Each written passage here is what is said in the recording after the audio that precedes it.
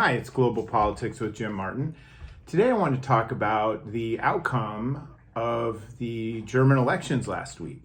As predicted, the CDU-CSU won the most votes amongst the parties that were competing in the election and is in the driver's seat to create a coalition under Friedrich Merz. It's going to have to be a coalition because they did not receive a plurality of the votes cast for parties that met the 5% vote threshold in Germany, but they've got a pretty clear path to establish a coalition with the Social Democrats. Now, unlike the United States, Germany allows the current Prime Minister, Olaf Scholz of the Social Democrats, to remain in office with his cabinet.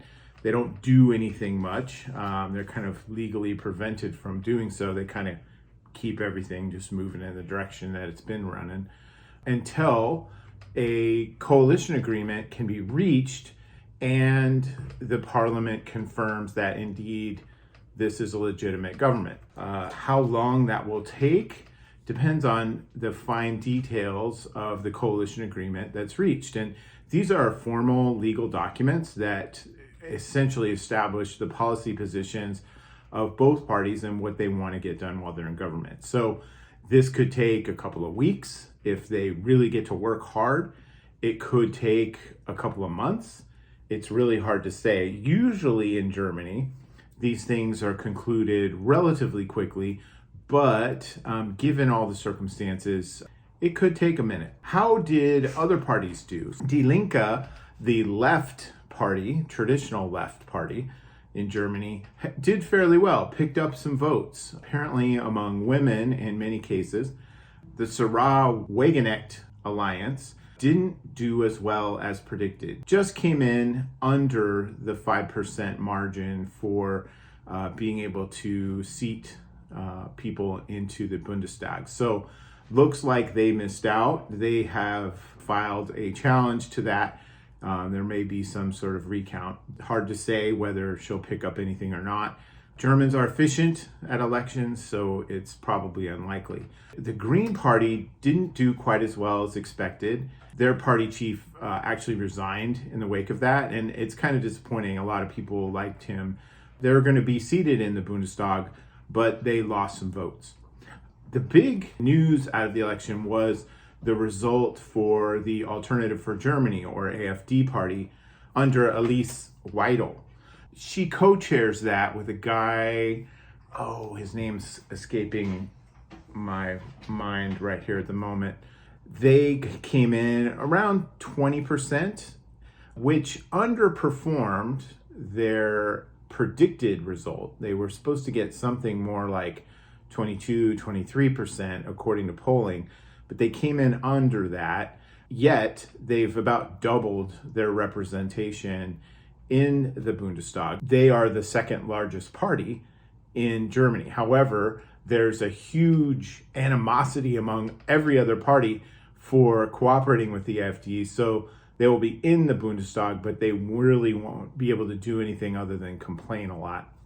Interestingly enough, because of that election result, although they did tremendously well, doubling their vote share, there are some, apparently, within the AfD that are disappointed in Alice Weidel's leadership in this case in pointing to that election result. This is a dynamic that is perhaps relatively common in far-right parties.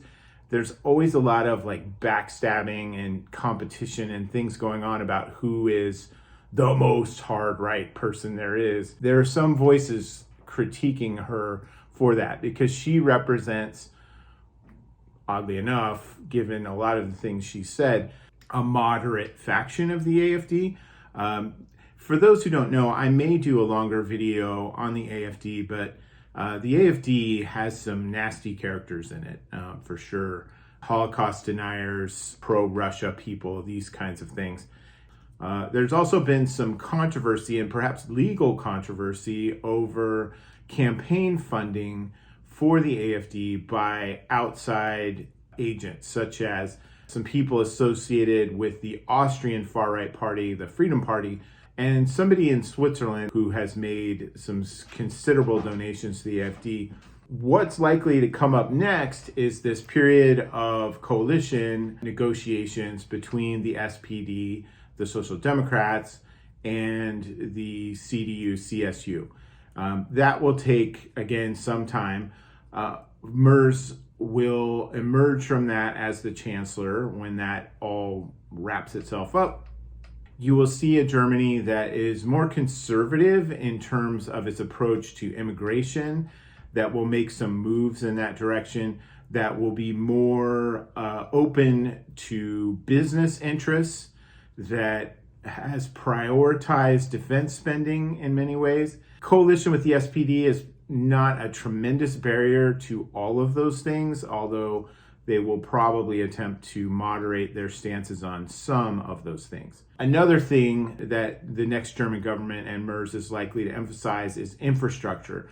Germany has neglected its infrastructure for some time in favor of other sorts of investments. There's a lot of challenging foreign affairs issues, particularly given that J.D. Vance and Elon Musk have lent their voice and their followership to the AfD in this case, something that has been really verboten in German politics.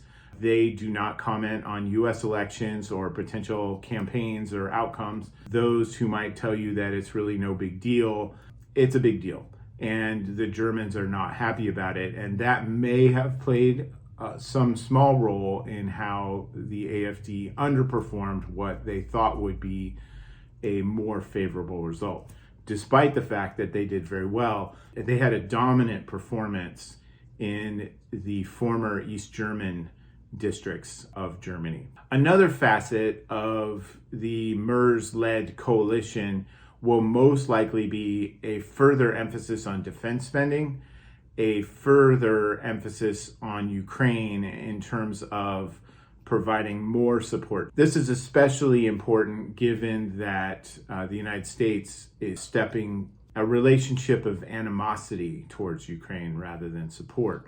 Germany, and Merz in particular, is a vehement supporter of Ukraine. We could expect to see greater German investment in support for Ukraine in the next government. What's going to come up next is this coalition negotiation period, and we'll see what happens when it wraps up. I hope that has been informative and interesting to you. If anybody has any thoughts or context that they'd like to share in the comments, please do so. And I look forward to seeing you on the next one.